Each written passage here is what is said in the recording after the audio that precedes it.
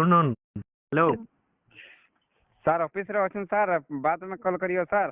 Busy में हूँ मैं, हाँ बाद में करी हूँ। ये सर सुनुन। नहीं सर सामने बिजी हूँ, बाद में करो हो। सर सर सर 5 मिनट हमको आप टाइम दीजिए।